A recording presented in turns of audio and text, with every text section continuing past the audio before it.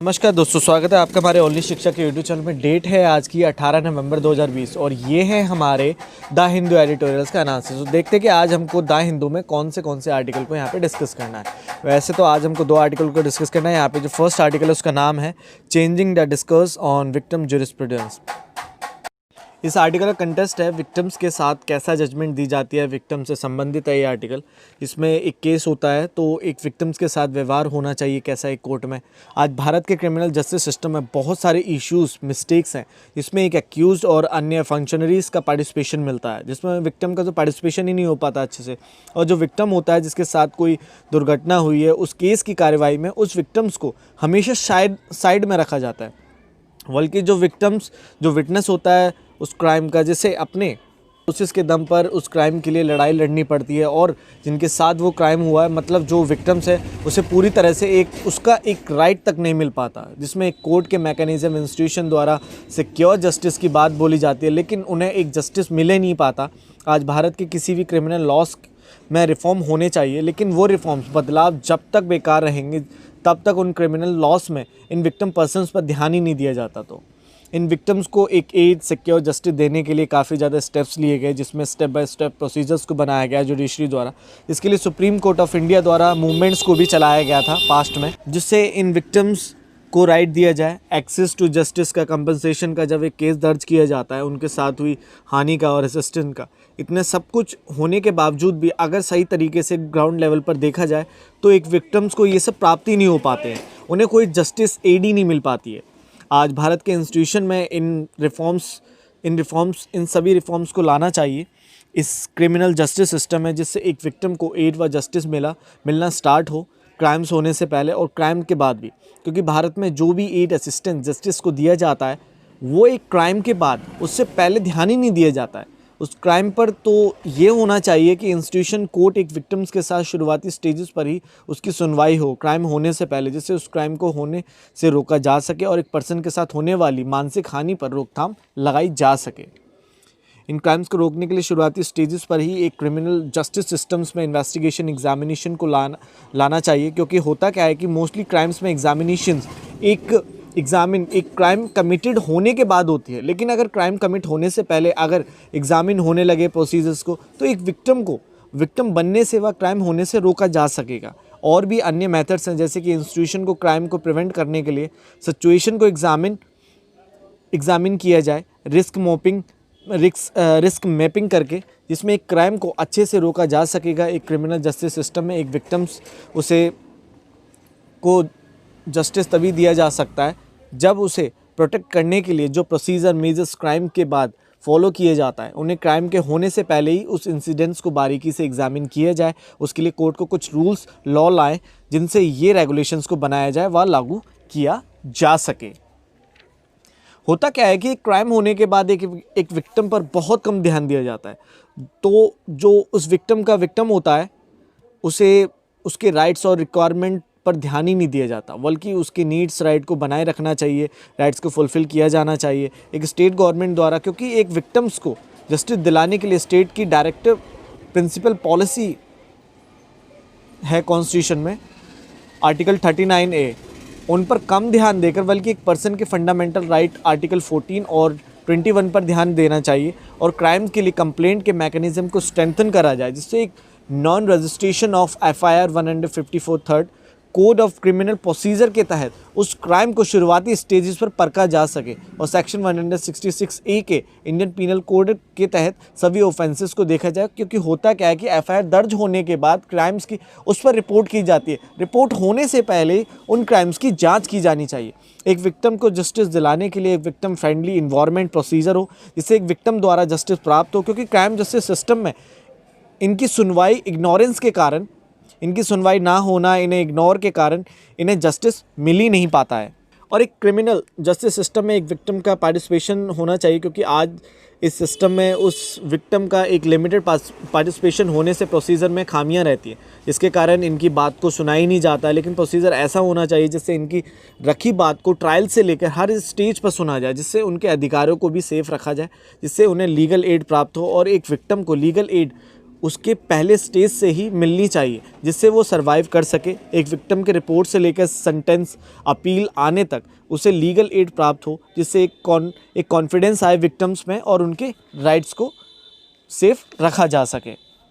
आगे बोला जाता है एक विक्टिम को असली एड प्राप्त होती है राइट टू इन्फॉर्मेशन से, जो उसका एक अधिकार है। राइट टू इन्फॉर्मेशन से एक पर्सन द्वारा सभी राइट्स को प्राप्त व समझा जाता है। होता क्या है कि एक क्रिमिनल जस्टिस सिस्टम में एक विक्टिम को पूरी इन्फॉर्मेशन ही नहीं मिल पाती है। क्रिमिनल जस्टिस प्रोसेस जब एक ट्रायल होता है कोर्ट्स में, तो एक विक्टिम को कभी भी जस्टिस ही नहीं मिल सकता जब तक उसे इन्फॉर्मेशन ही नहीं होगी उस प्रोसेस की, जिसके कारण एक विक्टिम्स के सभी राइट्स ख़त्म हो जाते हैं और उसे कभी जस्टिस ही नहीं मिल पाता उस क्राइम से। एक राइट टू इन्फॉर्मेशन के आधार पर ही राइट टू प्रोटेक्शन की प्राप्ति होती है।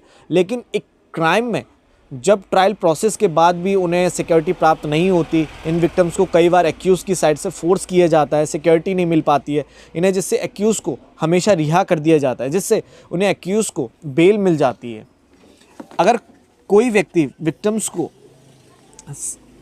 व्यक्ति या विक्टिम को सेक्शन 15 शेड्यूल कास्ट और शेड्यूल ट्राइब एक्ट के तहत दर्ज किया जाता है, सिर्फ उन्हें प्रोटेक्शन ही दी जाती है। जब एक विक्टिम द्वारा अगर एक्यूज़ की पहचान की जाती है और भी अन्य मेजर्स को लाया गया है एक विक्टिम्स की प्रोटेक्शन के लिए, जैसे उन विक्टिम्स की लोकेशन में बदलाव कर दिए जाते हैं, उनकी आइडेंटिटी चेंज कर दी जाती है, उन्हें ये सब प्रोटेक्शन विटनेस प्रोटेक्शन स्कीम के तहत मिलती है। लेकिन आज इन सब के एरियाज़ में बहुत सी करप्शन है जिसमें रिफॉर्म्स की ज़रूरत है आज, जिससे एक विक्टिम्स को प्रोटेक्ट किया जा पाएगा। और एक विक्टिम को प्रोटेक्शन असिस्टेंस हेल्प देने के लिए यूएन के declaration 1985 of basic principle of justice for victim of crime and abuse of power, इस डिक्लेरेशन को भारत को इम्प्लीमेंट करना चाहिए एक विक्टिम्स के राइट में, जिससे सभी विक्टिम्स को असिस्टेंस दी जाए, ना कि सिर्फ उन रेप और एसिड अटैक्स क्राइम्स में। इन सब के लिए एक स्टेट गवर्नमेंट को असिस्टेंस देनी चाहिए उन विक्टिम्स को, जैसे कि मेडिकल हेल्प दी जाए, साइकोलॉजिकल मेंटली हेल्प दी जाए, फाइनेंशियली हेल्प दी जाए, मटेरियल हेल्प दी जाए जो उनके साथ जो हानि हुई है, और साथ ही साथ अपने इंस्टीट्यूशन के इंफ्रास्ट्रक्चर को भी बिल्ड करना चाहिए, जिससे सभी स्कीम्स को चलाया जा सके जो स्कीम सेंटर गवर्नमेंट द्वारा बनाई जाती है। और जो भी इंस्टीट्यूशन और फंक्शनरीज है गवर्नमेंट के, उन्हें ट्रेनिंग देनी चाहिए, जिससे क्रिमिनल जस्टिस सिस्टम के मैकेनिज़्म को भी फास्ट किया जाए, और एनजीओ को प्रमोट करना चाहिए गवर्नमेंट को, जिससे विक्टिम्स को सही समय पर एक हेल्प मिल सके। अंत में बोला जाता है कि इन सभी right to information, protection, UN declaration के बाद राइट टू कंपनसेशन को भी अच्छे से लागू करना चाहिए, जिससे सिर्फ कुछ ही रेयर केसेस में उन विक्टिम्स को दिया जाता है। इन राइट टू कंपनसेशन को अच्छे से लागू एक स्टेट गवर्नमेंट द्वारा ही करा जा सकता है, जिससे सभी विक्टिम्स को उनके हानि के लिए कंपनसेट किया जाए उनके बुरे समय में। इस विक्टिम कंपनसेशन स्कीम को प्रोवाइड किया जाता है section 357A code of criminal procedure के तहत। आज गवर्नमेंट को इसकी टर्म्स में चेंजेस लाएं, जिससे सभी विक्टिम्स को कंपनसेट किया जाए। साथ ही साथ राइट टू रेस्टिट्यूशन को भी लागू किया जाना चाहिए section 357A of code of criminal procedure के तहत, जिसे लाया गया। लेकिन इस राइट टू रेस्टिट्यूशन को कई बार कंपनसेशन समझा जाता है।